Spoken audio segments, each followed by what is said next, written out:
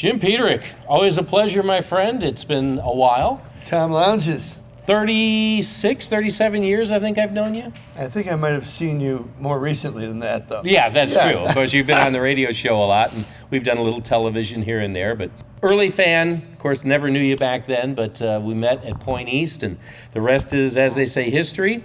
1978, 79, I think it was we met. And you got a new book, Through the Eye of the Tiger, great name. Coming out in September. Had a chance to read in advance on it, and I got to say, it's a great read. It flows. I'm captivated. It's as they call a page turner.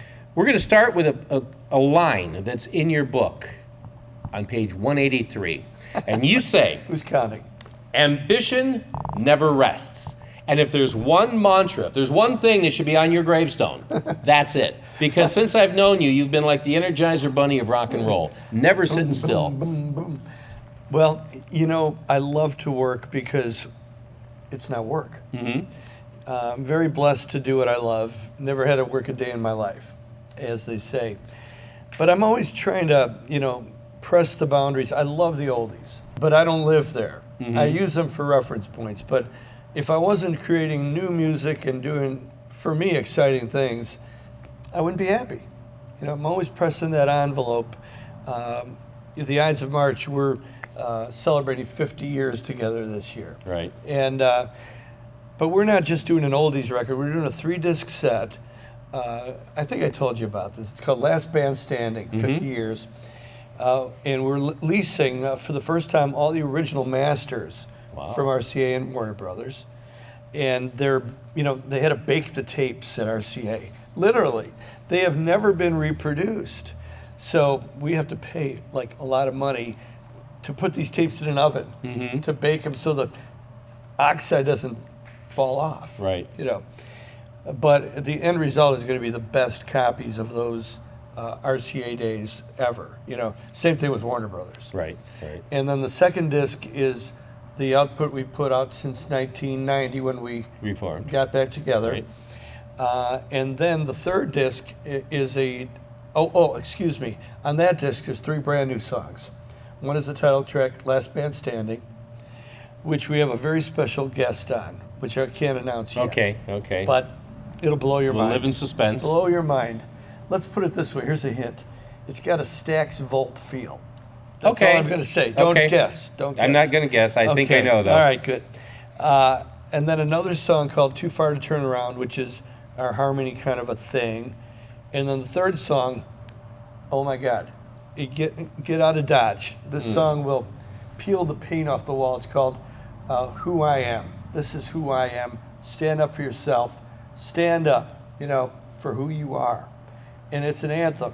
It's up-tempo. It's like Superman tempo. Superman was like,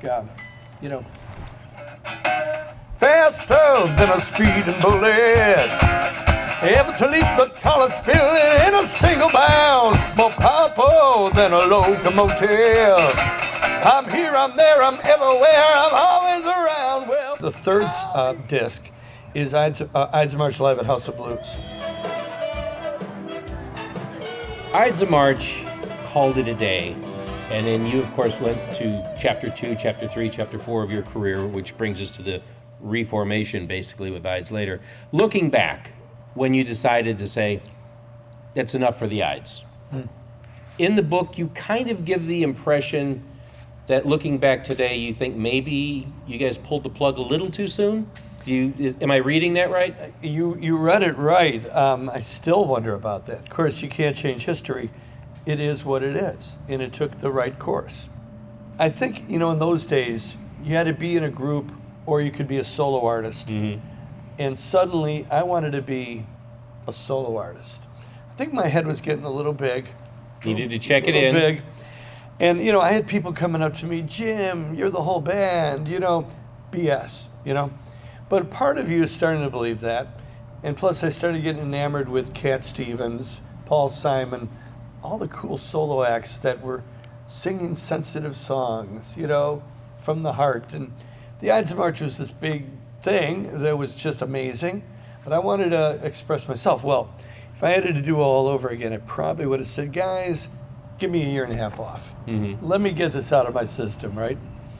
And, but no, I mean, Ultimately, you came back together with all the original guys. Oh, yeah. Which is still largely what comprises the band today. Well, exactly. But at that point, I cut bait, and everybody else was really ready to cut bait too, except for Larry, who really was really begging to stay together. But, Bob was ready to, go into the straight world of accounting and property management.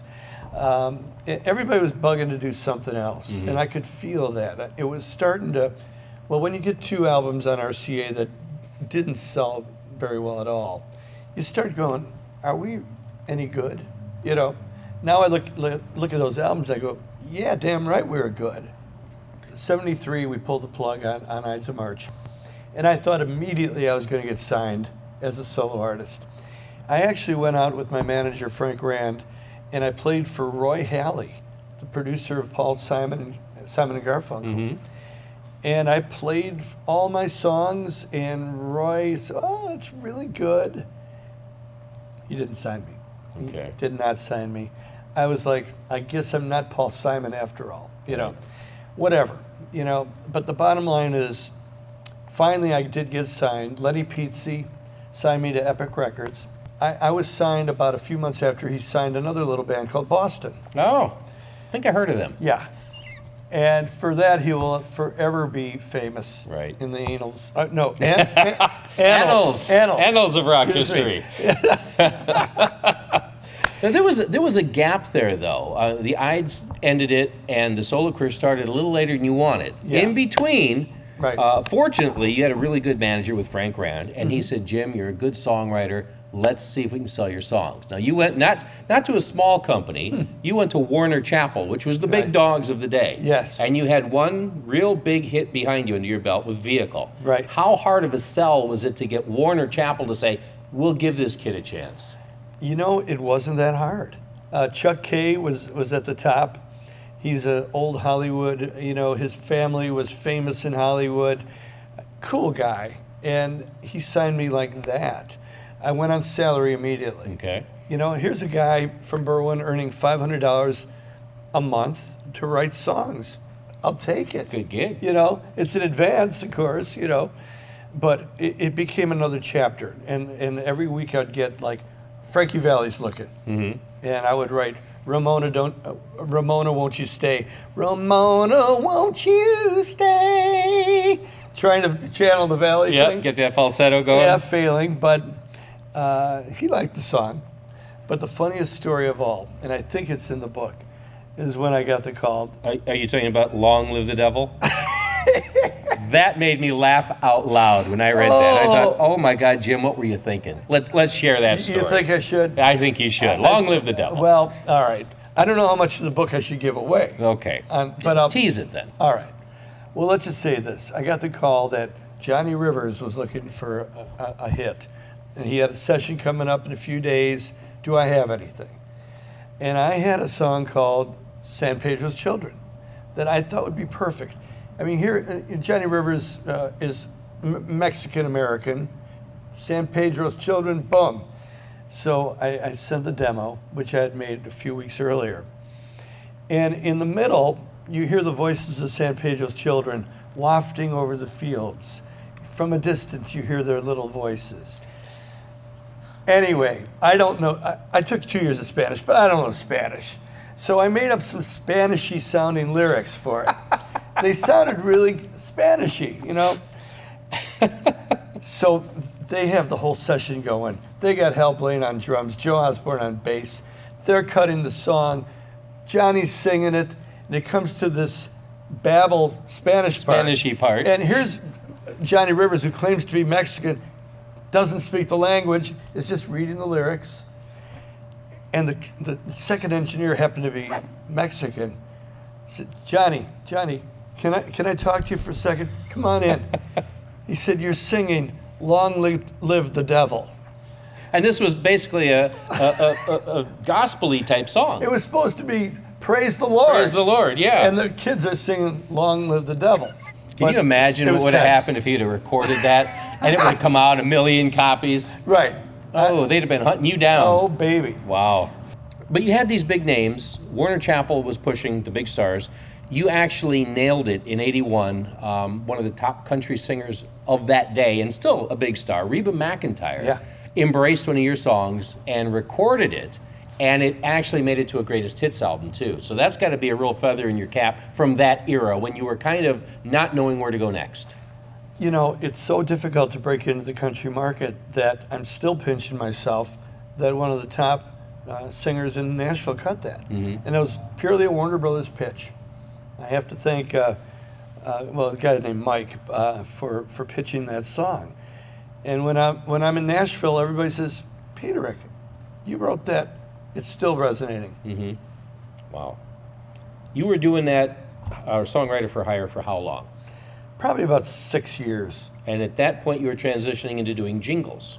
Oh, my God. And, of course, Chicago is jingle capital of the world. Dick Marks, Richard Marks' father, was the pinnacle of the jingle men, and you worked with him. I certainly did. I like to say I worked with all the Dicks.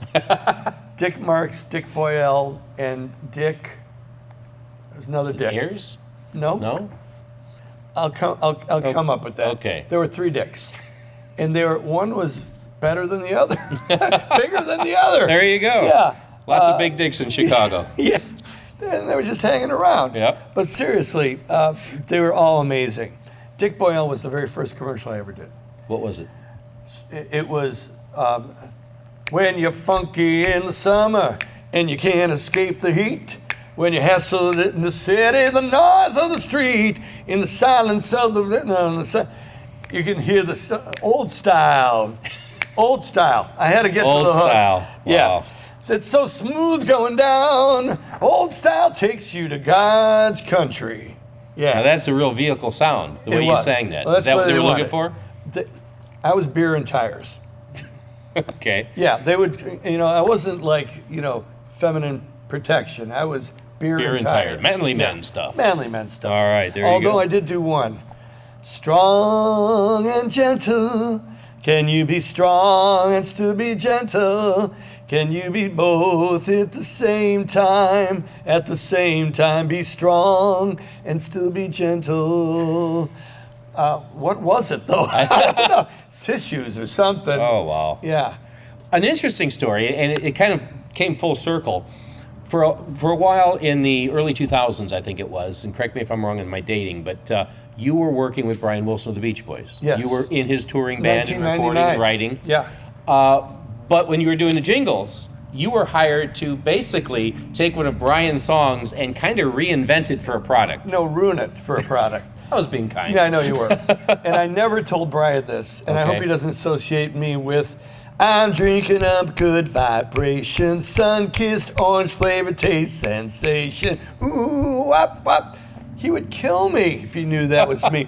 But look, he leased the song. I Yep. didn't, And they made a ton of money. I heard that commercial a million times growing up. That was me. Never knew it was you all those 7 years of mailbox money from sun-kissed orange soda. Good vibrations.